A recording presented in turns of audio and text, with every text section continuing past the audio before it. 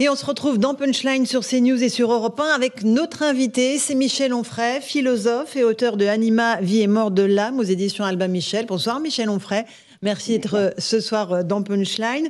La France a vécu une semaine d'émeutes urbaines sans précédent avec une facture de dégâts colossale qui se monte à plus d'1 milliard d'euros. Comment est-ce que vous qualifiez cet épisode que nous avons vécu, des émeutes, une guérilla? Comment est-ce que vous l'appelez vous? Bah, écoutez, moi j'ai utilisé l'expression bien en amont, ça fait très longtemps que j'utilise, de guerre civile à bas bruit. Alors on m'a fait savoir ici ou là qu'il ne s'agissait pas de guerre civile, bien sûr, il faut absolument éviter les mots qui pourraient dire précisément ce que sont les choses. Et j'ai entendu ou lu par exemple Mathieu Bock-Côté dans les colonnes du Figaro disant que ça n'opposait pas des Français, qu'une guerre civile ça opposait des Français. Or, ça oppose des Français. Je rappelle que le jeune homme qui est décédé était franco-algérien et qu'il ne faut pas imaginer que ce serait systématiquement des étrangers qui poseraient problème. Je pense que ce sont des générations qui ont hérité d'une culture, d'un passé avec des parents qui sont arrivés il y a une, deux ou trois générations parfois, mais également d'une culture française de haine de soi. Il s'agit de détester la France, de dire que nous avons été détestables en tout, qu'il n'y a pas eu de résistance mais que de la collaboration, que nous n'avons pas inventé l'anticolonialisme mais que nous avons été uniquement dans la colonisation. Nous avons d'ailleurs formé les anticolonialistes à la Sorbonne ou à Paris ou dans les universités françaises. Enfin, une détestation de la France qui fait que quand vous mélangez tout ça, quand vous regardez les informations sur le net, moi je suis allé en Algérie par exemple quand j'ai fait mon livre sur Albert Camus, et quand je regardais les informations le soir, j'avais vraiment l'impression que la guerre d'Algérie n'était pas finie. On nous parlait toujours de la France comme d'un ennemi. Le président Tebboune vient de nous faire savoir récemment qu'il ajoutait à l'hymne national un grand couplet détestant la France. Donc je pense qu'il y a un moment donné où les enfants ou les jeunes ou les gens qui ont 20 ans aujourd'hui, à qui on a dit que la France était détestable, prennent la France au Bien mot en sûr. lui disant oui, bien sûr, vous avez raison d'être détestable, d'ailleurs on vous déteste et puis on va vous le faire voir. Et Ajoutez à ça cette idée qu'on fait quand même l'éloge, enfin la Mhm. gauche fait quand même l'éloge du consumérisme depuis des années. Je vais revenir, comme toujours, à la France de Maastricht, mais cette idée que jadis la gauche a fait de Bernard Tapie son héros, eh bien, ces gens qui pillent disent bah oui, mais Tapie c'est notre héros aussi. Nous, on a envie de s'enrichir sans travailler, on a envie de franchir les bornes de la loi, on casse des vitrines et puis on embarque des chaussures de luxe, on vole des voitures de luxe, on vole des iPhones ou tout le matériel Bien sûr. haut Ça de veut dire gamme, que pour etc. vous, Michel Onfray, une partie de la jeunesse, je parle bien d'une partie, n'a pas fait sécession. Au contraire, elle a fait une démonstration de force, mais elle s'inscrit dans la logique capitaliste. Ah mais c'est là que Mélenchon ne comprend rien du tout, c'est-à-dire qu'elle n'est pas du tout anticapitaliste, elle est capitaliste à l'état pur, c'est le libéralisme à l'état pur, ces gens-là. C'est sans foi ni loi, de l'argent, du fric, du paraître, pas de morale. C'est très exactement la fable de Mandeville, vous savez, qui au XVIIIe siècle nous disait que finalement les vices privés faisaient les vertus publiques. Et là on nous dit, ben voilà, les vices privés, vous les avez. Je ne suis pas bien sûr que les vertus publiques en sortent. Et d'ailleurs, c'est même très exactement l'inverse. C'est la preuve que le libéralisme est une idéologie comme les autres et que, comme toutes les idéologies, c'est une idéologie fautive. Donc ces gens sont dans l'apparaître, dans la possession, dans l'avoir. Ils ne sont que ce qu'ils ont. Donc évidemment, ils prennent, ils ne disent pas merci, et puis aujourd'hui ils disent mais on prend et on n'a pas encore assez. Vous nous donnez des milliards dans les banlieues depuis très longtemps, vous nous construisez des infrastructures. Moi j'aimerais que dans mon village natal en Normandie, à Chambois, il y ait des infrastructures créées avec un argent qui pourrait arriver comme ça en Mhm. quantité. Mais voilà, non, des gens qui nous disent le libéralisme, c'est-à-dire le marché fait la loi, pas besoin de morale, plus de surmoi, tout ça c'est formidable. Et ben voilà, je pense que et la gauche et la droite qui ont défendu ces idées-là depuis des années voient des gens qui leur disent, une jeunesse qui leur dit on vous prend au mot.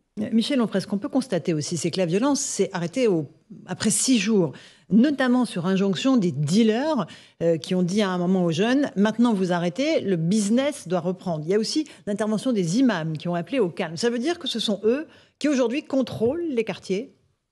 Oui, bien sûr, c'est l'équivalent de la CGT qui disait, ou du Parti communiste, qui disait en mai 68, il faut savoir arrêter une grève. Et là, c'est la même chose, c'est-à-dire que bon, tout ça est formidable, mais il va quand même falloir arrêter parce que nous, on voit notre chiffre d'affaires qui baisse, disent les dealers. Il n'est pas question, quand il s'agit du marché, que le chiffre d'affaires baisse. Ces gens-là ignorent la morale. S'il faut être immoral, d'ailleurs, pour faire des bénéfices, ils sont immoraux. Simplement, ils ne connaissent qu'une seule chose, c'est effectivement l'effondrement du marché. Et là, si effondrement du marché il y a, on claque des doigts en disant, allez hop, tout le monde rentre à la maison, et singulièrement, tout le monde rentre à la maison. pas du tout effectivement les réseaux sociaux qui sont responsables. C'est comme si on rendait coupable la corde du pendu en disant le type qui a fabriqué la corde est coupable du fait que quelqu'un se soit pendu avec. Là, c'est exactement la même chose. On détourne l'attention des gens en disant ce sont les réseaux sociaux qui ont rendu ça possible, mais derrière les réseaux sociaux, il y a des gens qui veulent de la violence. Et ce ne sont pas les réseaux sociaux qu'il faut incriminer, c'est la politique de Macron et de ceux qui ont mené cette même politique. C'est-à-dire, Macron, il sort du socialisme. Macron, il était dans le gouvernement de Hollande, et puis Hollande pensait la même chose que Sarkozy quand il a fallu supprimer l'effet du référendum en 2005 avec le traité de Lisbonne en 2008. Enfin, c'est tout ce monde-là qui récolte ce Mhm. qu'il a semé depuis des années. Alors Michel Onfray, on a assisté depuis quelques jours à une sorte de festival de propositions à droite sécuritaires pour sanctionner les auteurs de ces violences quand ils sont mineurs, engagement de l'autorité parentale avec amende à la clé, suppression des allocations familiales, création de places en prison ou de centres éducatifs fermés. La réponse sécuritaire, c'est la seule réponse à apporter à ce qui s'est passé ou pas? Non, mais ça mange pas de pain, tous ces gens qui nous disent qu'il faut faire de telle sorte que ça n'ait plus lieu, ou le président de la République qui dit nous ne laisserons pas passer, mais ils ont déjà laissé passer depuis des années, la première ministre qui nous dit tout ça ne restera pas impuni, mais bien sûr que si, tout ça va rester impuni. Ils n'ont pas les moyens de leurs mots, ces gens-là. C'est-à-dire qu'ils nous disent on va mettre en prison, il n'y a pas de prison. Ils nous disent on va restaurer l'autorité, mais il n'y a pas d'autorité.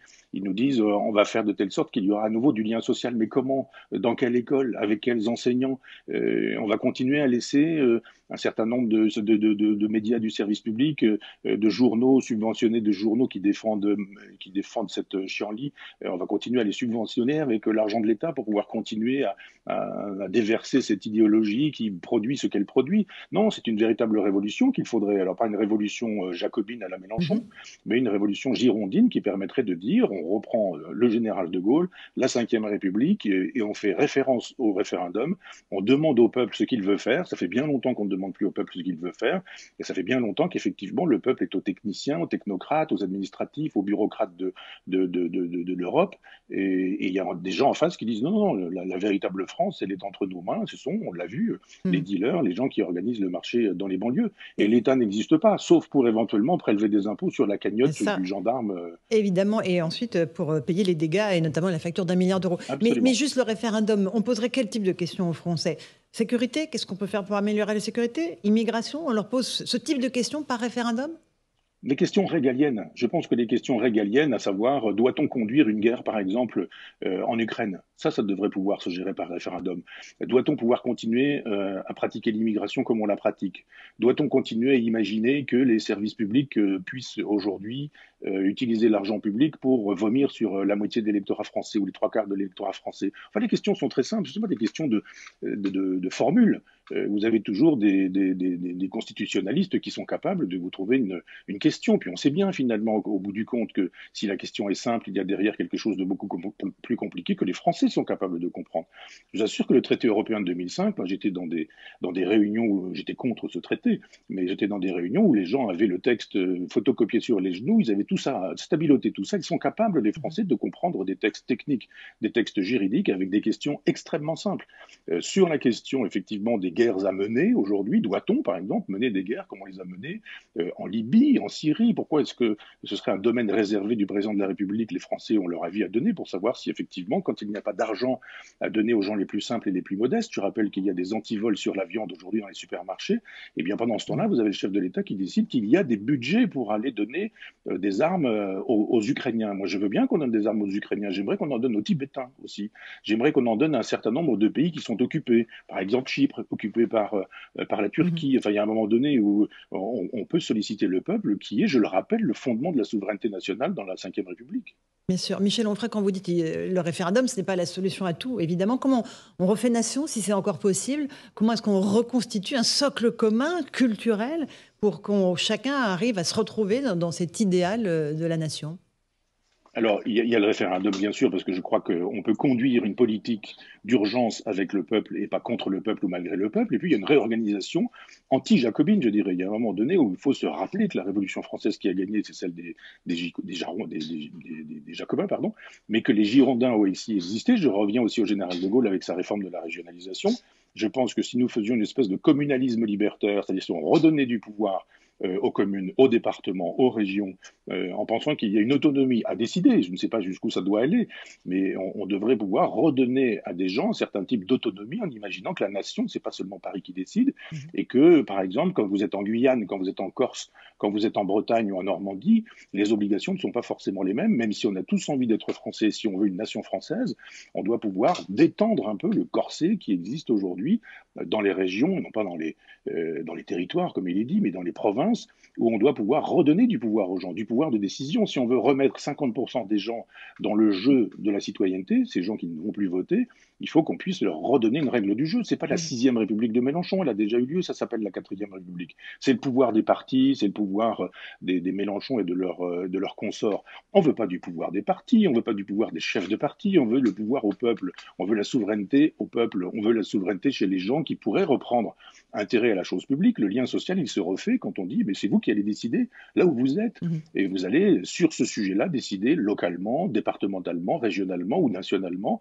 C'est un nouveau contrat social qu'il faut reconstituer. Et ce contrat social, je vous dis, il est déjà écrit. Il est déjà dans la Ve République. Il ne faut Mhm. pas une sixième, mais revenir à la radicalité de la cinquième. Bien sûr, mais pour en revenir à cette jeunesse qui a fait preuve de violence, et encore une fois, ce n'est pas toute la jeunesse, une partie de la jeunesse qui s'identifie à certains modèles, notamment sportifs, est-ce qu'il y a une possibilité, encore une fois, de les ramener dans le giron de la République? Si les modèles sportifs, c'est Kylian Mbappé qui s'en vient parler d'un petit ange dont on connaît les états de service désormais, mais on les connaissait à l'époque où il parle du petit ange. Hein. Moi, je n'avais pas besoin de savoir les problèmes et les ennuis qu'il avait eu à la justice, ce jeune homme, et non pas cet enfant, comme il est dit, ce jeune homme, pour savoir qu'il n'était pas un petit ange. Quand on a 17 ans, qu'on passe un CAP d'électricien et qu'on est dans une voiture de luxe, qu'on conduit une voiture de luxe sans permis de conduire, ça veut dire sans assurance, en ayant fait un délit de fuite pendant je ne sais combien de temps, il y a eu une longue poursuite dans la ville avant que ne se passe ce qui s'est passé. Il y a un moment donné où on dit ce qu'on veut, mais sûrement pas que ce garçon était un petit ange. Alors s'il s'agit de ressembler à Kylian Mbappé, sûrement pas. Je pense qu'il y a d'autres modèles dans la société. On n'est pas tenu non plus d'imaginer que les modèles, ce doivent être enfin je ne veux pas désagréables, mais enfin des vedettes du showbiz, des vedettes du cinéma ou de la télé-réalité ou des influenceurs. Il y a d'autres modèles à présenter, mais ça c'est une révolution culturelle à faire aussi. Ça veut dire qu'on arrête dans les écoles d'enseigner la haine de la France, la haine des Français, la haine de notre histoire, la célébration de tout ce qui nous détruit, ou l'espèce de passion que nous avons pour tout ce qui nous déteste. C'est une vraie révolution culturelle, mais qui la voudra? Qui l'enseignera? Si vous dites, eh bien voilà, vous avez un Papendiaï qui serait touché par la grâce et qui nous dirait, on arrête les sottises des colonialistes, je rêve, hein, évidemment, mais on va vous enseigner tout à fait autre chose, parce qu'on enseigne des choses, contrairement à ce qu'on raconte. On enseigne effectivement à épargner la planète, à lui à faire attention, le métissage, on enseigne la possibilité de changer de sexe quand on a 8 ans dans les classes primaires, donc on enseigne ce genre de choses à l'école. On enseigne aussi que la France a été colonialiste, qu'elle a été méchante, qu'elle a collaboré, que c'est Vichy, que c'est Pétain, etc. Si vous dites on va équilibrer, la France c'est tout ça et c'est aussi le contraire de tout ça. On va refaire des programmes et puis on va refaire un lien social pour le coup dans les écoles, c'est-à-dire les profs ne sont pas des copains qu'on tutoie. Il va y avoir autre chose dans les écoles où on va à nouveau apprendre à lire, à écrire, à compter et à penser. Vous imaginez un ministre de l'Éducation nationale qui dit ça? Mais les syndicats sont dans la rue, Mélenchon appelle au fascisme, on va nous faire savoir que Pétain est de retour, que l'ordre moral menace aujourd'hui. Vous aurez France Inter, vous aurez Libération qui feront des couvertures en disant avec des photomontages où on se retrouve avec une moustache d'Adolf Hitler. C'est infaisable, c'est Mhm. impensable. Cette révolution culturelle, si elle est menée par le chef de l'État, c'est possible, mais on en est loin, puisqu'il est, lui, justement, dans l'exercice de la chienlit et dans la généalogie de la chienlit. Un dernier mot, Michel Onfray, sur les ingérences étrangères. On a entendu l'Algérie demander à la France de bien s'occuper de ses ressortissants, et aussi la Turquie, Erdogan, qui a estimé qu'il y avait dans notre pays un racisme systémique dû à notre passé colonial. On a des leçons de démocratie à recevoir de ces pays. Macron en a à recevoir, il donne des leçons partout en disant tout et le contraire de tout, il dit des choses et il les assume pas, on est ridicule. Il se fait ridiculiser par Donald Trump en son temps. Il donne des leçons à des chefs africains, à des chefs d'État dans les pays africains où il est extrêmement méprisant. Et il n'a aucun crédit, mais Macron sur la planète entière. Donc c'est de bonne guerre, je dirais, de la part de tous ces gens-là, de dire ce qu'ils disent, puisqu'on n'a pas un chef d'État qui interdirait que ce soit dit ou qui ferait qu'on serait un peu respecté. Macron n'étant pas respectable, ne menant pas une politique respectable, la France n'étant pas respectable quand elle est conduite et guidée par ces gens-là, c'est normal qu'elle se fasse ne se fasse pas respecter par des gens qui lui marchent dessus. Mais commençons déjà par avoir un vrai langage, un langage sérieux, je dirais, avec l'Algérie, en disant on n'y va pas à genoux, en demandant pardon à chaque fois. Donc il y a un certain nombre de choses qu'on ne fait plus avec l'Algérie, il y a un certain nombre de choses qu'on ne tolère plus, il y a des diplomates qu'on fait revenir, il y a un certain nombre d'individus à qui on fait savoir qu'ils n'ont pas intérêt à continuer à dire ce genre de choses. Enfin, c'est ça une politique d'un État fort, la politique d'un État fort. Donc quand on donne des leçons à tout le monde et qu'on est incapable de retenir des casseurs ou dans la rue, il est normal que les présidents forts détestent une France qui s'est rendue détestable. Merci beaucoup Michel Onfray d'avoir porté votre regard C'est sur moi. la période que nous venons de traverser. Votre dernier livre, c'est Anima, vie et mort de l'âme, aux éditions Albin Michel. Merci beaucoup d'avoir été ce soir dans Punchline. Merci à vous.